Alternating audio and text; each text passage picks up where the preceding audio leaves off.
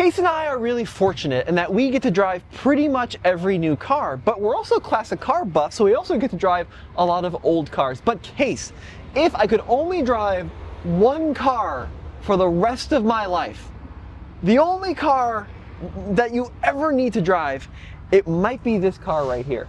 Really? I knew you were a Beetle fan, but I didn't know by that much. This is a particularly cool Beetle. We've kind of got the progression here of all of the Beetles over the years.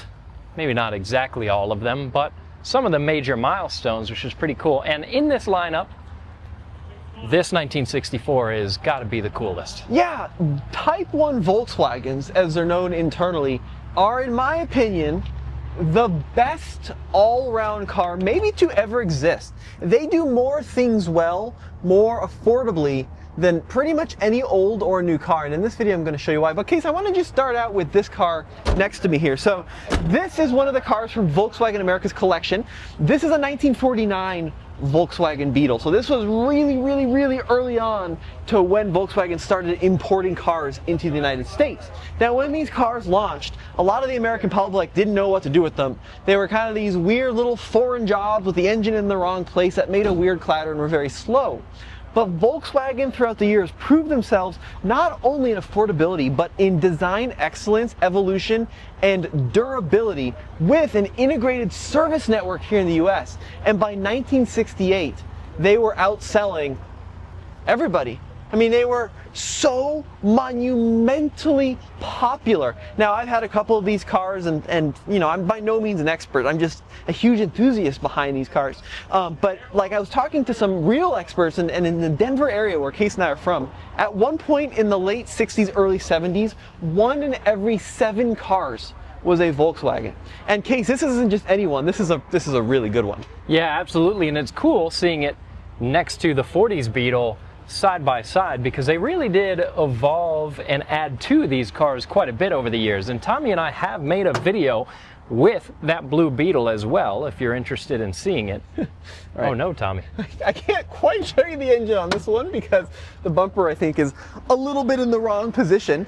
But of course, he's used a flat 4, yeah, about not 1200 cc's, yeah, 40 horsepower and 65 pound-feet of torque, they say. So look, the selling point of the car was not top speed or 0 to 60, but rather the simplicity, because one of the insane things about this vehicle is it weighs, they say, around 1,675 pounds. So Tommy and I combined, when we sit in this car and take it around the block in a moment, yeah, we're going to be, the two of us, about a quarter of the weight of the car itself. And that's pretty crazy. Yeah. Just the two of us. But like, if you bring yourself back to the 1960s, right, American cars were big and they were flashy and they were fancy, but they were also incredibly poorly made.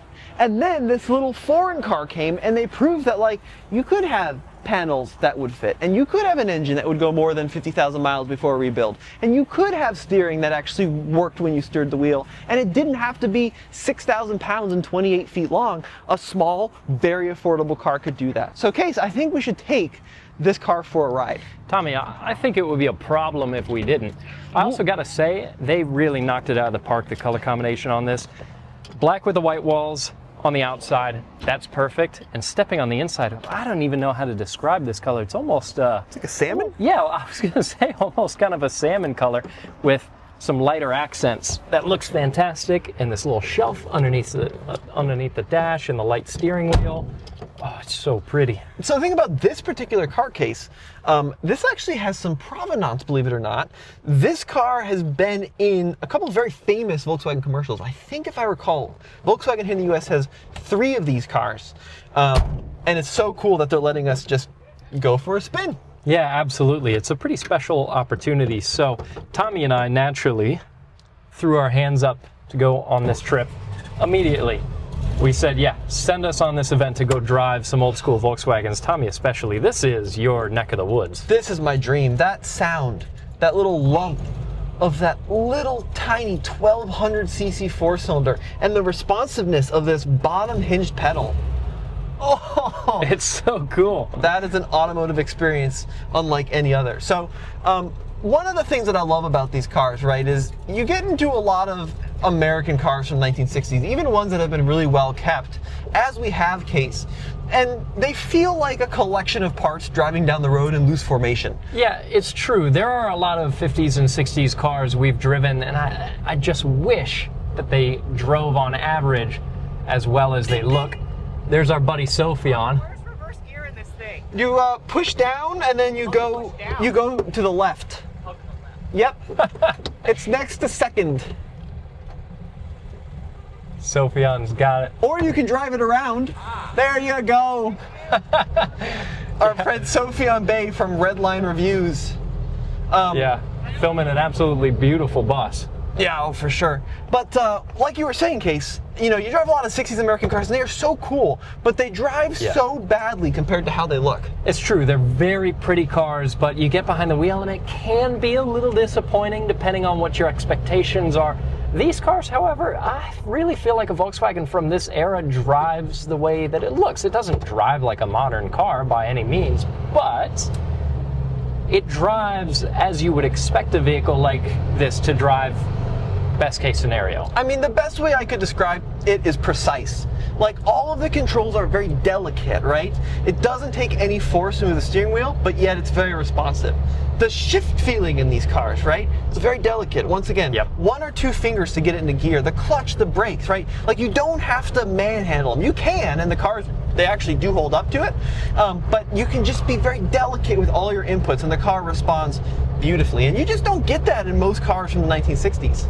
No, and there is something, especially in this day and age, when vehicles have gotten very advanced and they're great daily drivers, they're safe, they're relatively efficient for their sizes and their weights, but there is a beauty to simplicity in a vehicle like this that just doesn't exist anymore. You cannot make a vehicle this simple in this day and age.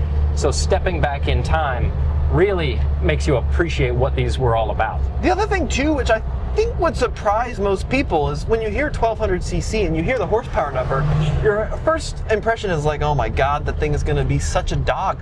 But because of that insane weight that Case was mentioning, about 1,700 pounds.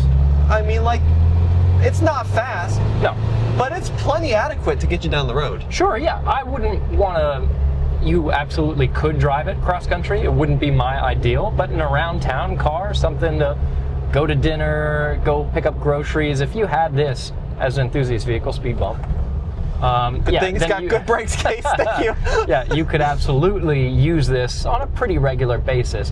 We've actually driven these cars even in the snow, and because that engine is sitting right over the rear tires, it actually gets decent traction. They also ride really well, so like they're very comfortable. They don't handle great, especially the older you get. When you talk about the older swing arm stuff, right? You wouldn't want to end up in a position where you're dragging that tail around, because you could roll it over, which would not be ideal. But genuinely, they're such fun little experiences, and I do mean, like, if I could only drive one car for the rest of my life, it would be this, because it just works, right? Yeah, you wouldn't want to get in an accident in one. This is one of the very few vehicles that you, who have driven because of this job, you've driven a lot of things.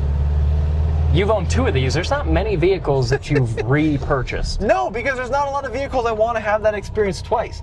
But this, they just get better and better. Now, I've only ever had later ones, specifically early 70s ones, because I can't really afford these early cars. The older you get, the more expensive they are. So you can get especially if you want Super Beetles, like I love Super Beetles, but you can get a Super Beetle for $5,000 to $8,000 for a good one. An early car like this, you're probably pushing $15,000, $20,000, $25,000. Yeah, and it's a much cooler looking Beetle than the Super Beetle. Oh, the for sure. Super Beetle, look a little dumpy. Yeah, it just looks a little off. Yeah. But you still get mostly the same experience, so that is a way to do it more affordably. However, if you're enough of an enthusiast and you have the means, something like this, it's just got all of the look and feel that you want out of a Beetle. This is just an idyllic little car. It's exactly the experience that you hope it would be. Although, one thing I do have to say about this Case is we're out here celebrating 70 years of Volkswagen in the USA. And we just had a chance to get behind the wheel of a squareback. Yep.